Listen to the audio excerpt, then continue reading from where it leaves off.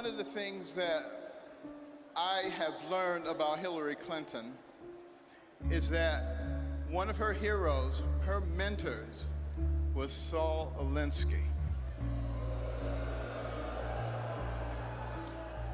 And her senior thesis was about Saul Alinsky. This was someone that she greatly admired and that affected all of her philosophies subsequently. Now, interestingly enough, let me tell you something about Saul Alinsky. He wrote a book called Rules for Radicals. On the dedication page, it acknowledges Lucifer, the original radical who gained his own kingdom. Now think about that.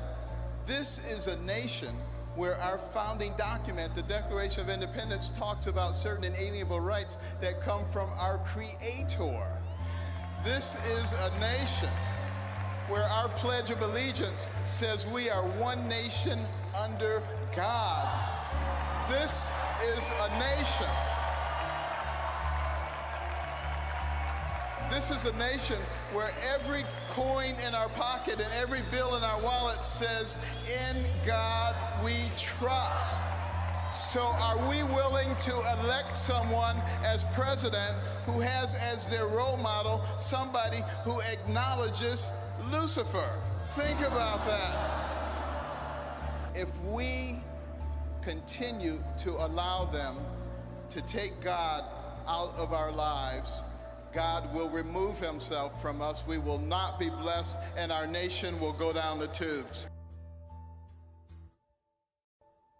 The brother of Pakistani social media celebrity Qandeel Baloch has admitted to strangling her in a case of honor killing in the province of Punjab Friday night. Muhammad Wasim said he killed his sister due to her social media activities, which challenged social norms in Pakistan. Wasim was arrested on Saturday night, while the crime reignited debate about so-called honor killings in South Asian nations. Many Pakistanis are calling for the passage of an anti-honor killing law. Dozens of protesters gathered just outside of downtown Cleveland to begin a 2-mile march in what they say are efforts to stop presumptive Republican nominee Donald Trump and the GOP convention less than 24 hours before it's scheduled to convene. Jose Sigfredo Landaverde says he walked more than 300 miles in 27 days from Chicago to make his point. Well, I am here to protest against the speech of Donald Trump that is creating so much hate and so much division in our communities. Not far away from this small showing near the Cleveland University campus, thousands of demonstrators from the convention site marched across town over the Carnegie Hope Memorial Bridge, calling for peace and unity. We're kind of hoping we can build up the energy of love in this space before people who are angry come flying through. This is what real power looks like. Despite Sunday's crowds, both large and small, the city is bracing for much worse. Starting Monday, Cleveland municipal courts will extend their hours from 8 to 20 hours in order to process what they estimate will be 1,000 arrests a day. Recently, CNN's Don Lemon sparred with constitutional champion Sheriff Clark over the exploding war on police. Let me ask you this. Do we know that generally the American law enforcement officers are racist? Do we know this? First of all, this whole anti-police rhetoric is based on a lie. There is no data, and you know this, that law enforcement officers treat black males different than white males in policing in these urban centers. There is data that's... There is not data. The argument between Lemon and Clark is a perfect example of the tug of war over the perception of the statistics of police violence versus a particular race. Furthermore, the argument displays the divide between the people of the United States and the full-blown propagandized media intent to foment division among the common citizens of the United States. We want you to know that our hearts are out there marching with them.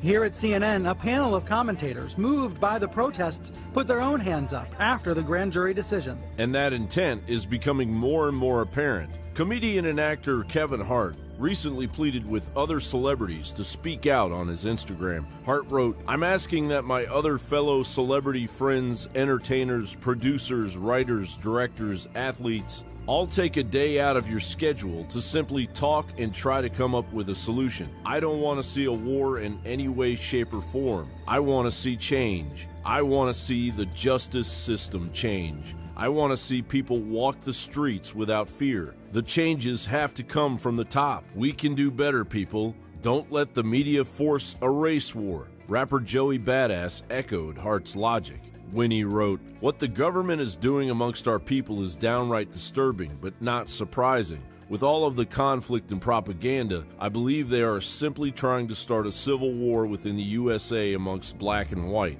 They're simply pushing us to our limit so that we can all get together and rebel so that it makes it easier for them to kill us, black people mostly, and anyone who acts out against them." Recently, Obama took a blowtorch to the raging inferno of the growing divide spiraling out of control in the United States. As Town Hall reports, predictably, Obama fanned the flames, calling on the U.S. to do better, and said that the controversial incidents arising from the police use of force were not isolated incidents, but rather were symptomatic of a broader set of racial disparities that exist in our criminal justice system. He continued, "When incidents like this occur, there's a big chunk of our citizenry that feels as if, because of the color of their skin, they are not being treated the same, and that hurts, and that should trouble all of us." Ted Nugent, the Motor City madman, responded to Obama's race war cheerleading. Nugent writes, "The evil man is doing this on purpose. He wants a race war, but we will not give him one. Obama will go down in history as a maniac, America-hating freak with his fundamental transformation scam. And if you still think only black people are being shot by police, well..." But when police kill, should they judge themselves? A police officer had taken a gun, put it right to his temple, and fired a fatal shot in the backyard here in front of his mother and his sister. He was grabbing Michael by the neck, and he grabbed him by the shoulder, and within a couple seconds, they took him off camera. Police and county investigations declared the shooting justified. Within 2 days, before the crime lab report, before the autopsy were complete, they had cleared themselves of any wrongdoing. This is video taken by a passerby. Dylan has been shot. Police won't say if Dylan had a weapon, but his brother and cousin say he emphatically did not. Had his headphones in, you couldn't hear nothing. And they finally surrounded him is when they were like, "You're on the ground," and would pull up his pants, and they shot him.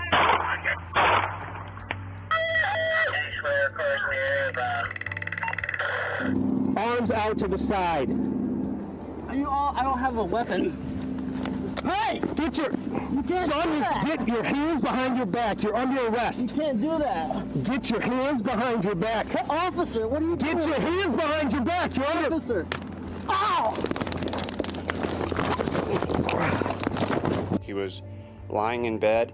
He wasn't reaching for a weapon. Two people barged into his room, and 10 seconds later were unloading 16 bullets into his body. The shooters were Department of Corrections officer Chris Rongan and King County Deputy Aaron Thompson.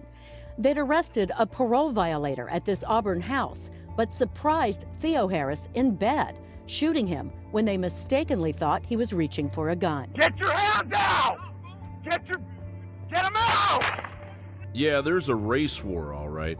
A war on the human race by random trigger-happy police that our justice systems rarely prosecute. But it still doesn't mean all police are capable of committing the same heinous criminal acts. You want to solve this? Take a unified stance against the justice system. More murderous cops in jail means more accountability. Meanwhile, the last remaining officer, Lieutenant Brian Rice, on trial for the death of Freddie Gray after not securing Gray's seatbelt, walks. Wouldn't it serve the establishment's race war agenda to have those police responsible for Freddie Gray's death to go free? Cannon fodder for a race war hyped by the globalist mouthpieces over at the mainstream media? Perhaps maybe we should all just repeat what the globalists have been whispering among themselves for decades in order to sober up and face the truth. The seeping soft war on humanity we are all faced with, waged by corporatized eugenics programs,